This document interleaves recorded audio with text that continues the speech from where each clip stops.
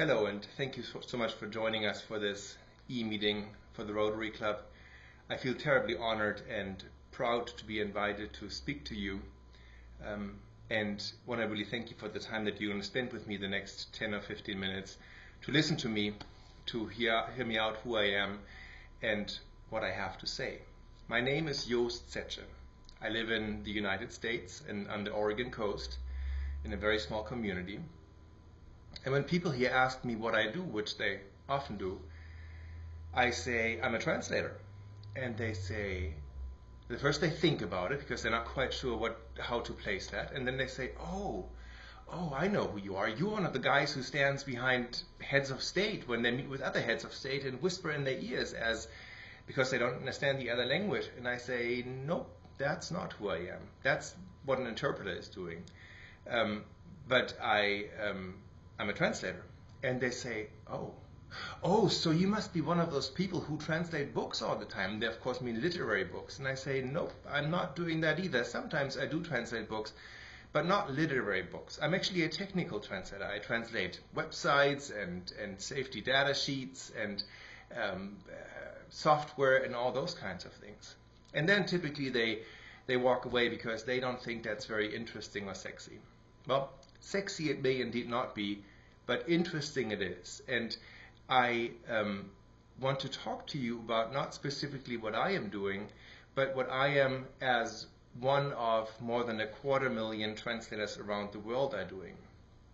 A colleague of mine and I felt that in many ways translators are not being understood properly. Granted, in some areas, translators are probably more highly valued than here in the US. In the European Union, for instance, because of the multilingual situation there, translators and interpreters have typically a slightly higher status. Or in India, for instance, with more than 500 languages, such a proud heritage, translators and interpreters are very important also. Just as a side note, I have a Twitter feed, and I sort of browse the news every morning for translation and language-related news, and there is no country that has more stories about translation and language-related issues than papers in India, because languages are so vital there.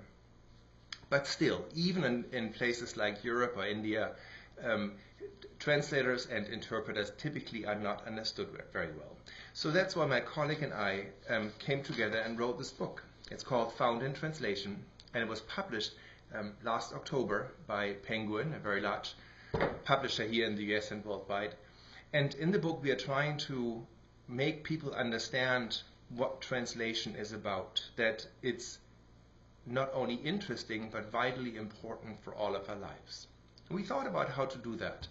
First we thought, well, maybe we should write an academic book which looks at translation from an academic, from an intellectual level, and tries to put translation into that kind of context. We quickly disregarded the idea because really what we wanted to do was to not reach just a certain subgroup of people, but we really wanted to reach everyone and make translation accessible to everyone. Then we thought, well, maybe we should write a book, a statistical view of translation. Write how many translators there are and what languages they translate into and what areas are particularly important. But we also disregarded that idea because that's not very interesting either. So instead we did something that sort of reminds me on our own lives. See, our lives, if you think about it, are made up of a lot of stories. Stories of our childhood, stories of our parents, our grandparents, stories of our children, story of the religions that we believe in, of the politics that we support, of the futures that we hope to achieve. And that's kind of the approach we took for our book. We told stories in our book, about 90 of them, of all kinds of facets of translation. So what kind of stories are those? Well, there are some that are truly heroic stories, or stories of great bravery. Take, for instance, this one. One is about Peter Less.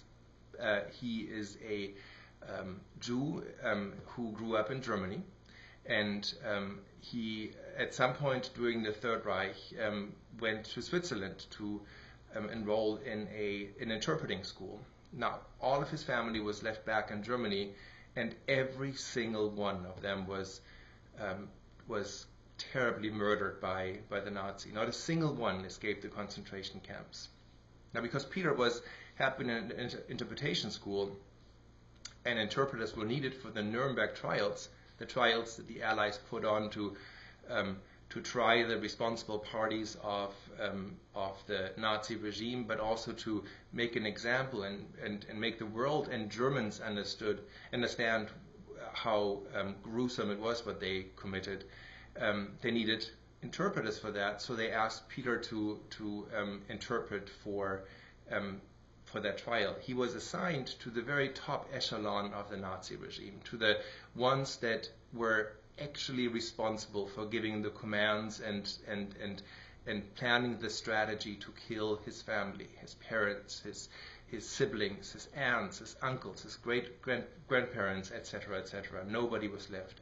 So can you imagine to be in a position for 2 years where you have to work extremely closely with those I can't even find a word for those criminals who have committed those crimes. And we asked Peter when we visited him in Chicago, where he lives now, we asked him how he managed to do that, and he said the only way that he found it possible was to focus on them or view them as very intelligent human beings, and by that he was, because they were intelligent, and because he also knew that if he wouldn't take him as that, they would have an easy prey with him. They could easily manipulate him. Plus, by looking at them that way, he was able to get beyond this emotional baggage that he was carrying. What a fantastic story, and that's one of the stories that we tell in the book. Or another story is a story that relates to every single one of you. And when about 25 years ago the bird flu broke out in Hong Kong, some of you remember, there was a big panic, and the Hong Kongese government, well organized as it was, decided to be very radical in its approach and ordered the killing of all poultry in Hong Kong, which more or less controlled the outbreak of the disease and make sure that it didn't go beyond the borders of Hong Kong. Now, two Canadian scientists looked at that and went like, so what would happen if the same thing would not have happened in Hong Kong, but somewhere in the Mexican or Ghanaiese or Chinese hinterland, and nobody would hear about it for weeks maybe, because the news just wouldn't travel fast. So they set up a system that they call GFIN, which translates local news articles from the 9 major languages into any of these 9 major languages, and they're able to capture information weeks before even the governments of those particular places hear about incidents like that. So in particular SARS, which broke out in China, and the swine flu, which broke out in Mexico, they were able to capture days earlier than anyone else. So is translation keeping you safe? It sure is. It might have in fact saved your life or saved the life of your dear ones in those cases, and many other cases that we may not even have heard of because they were caught early on.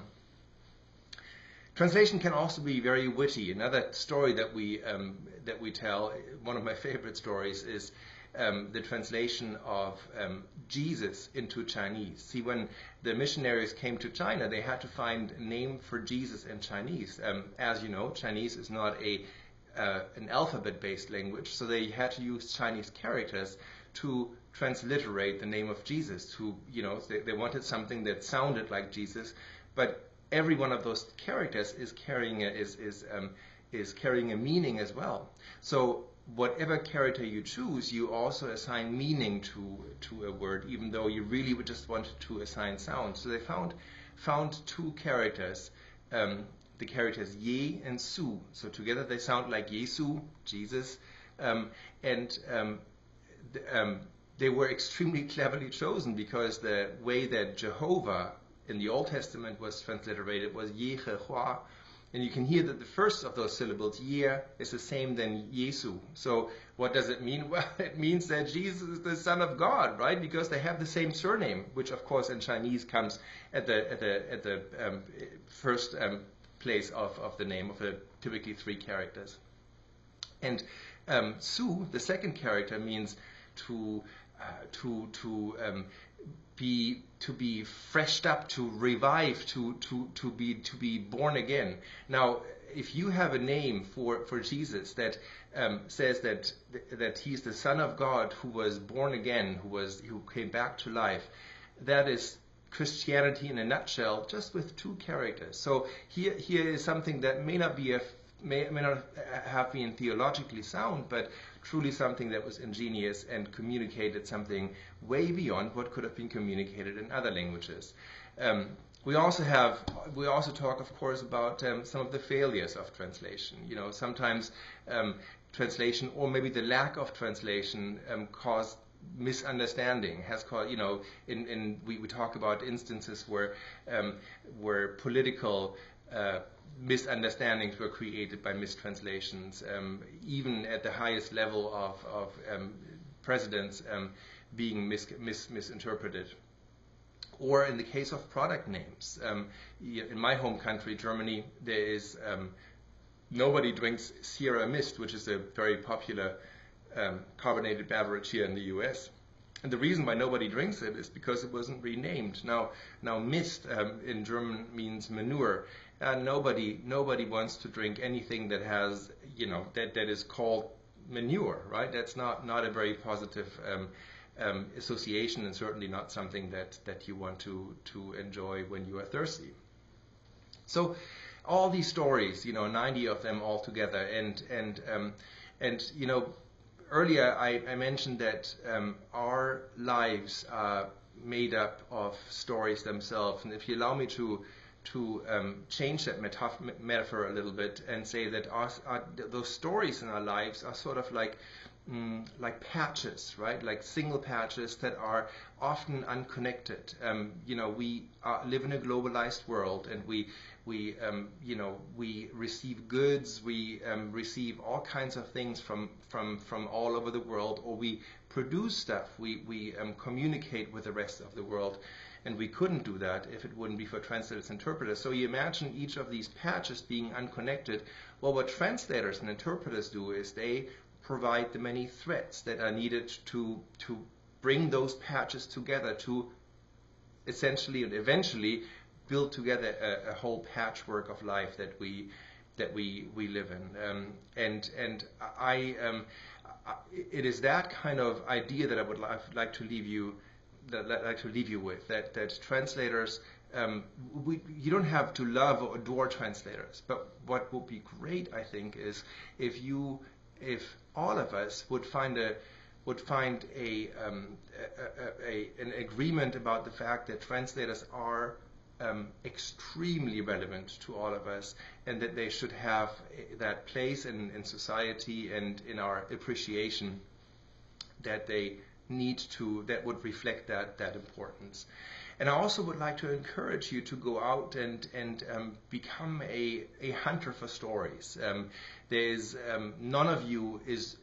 every one of you, I should say, is surrounded with stories of translation, whether you are a translator or whether you are a consumer of translation, which is more likely.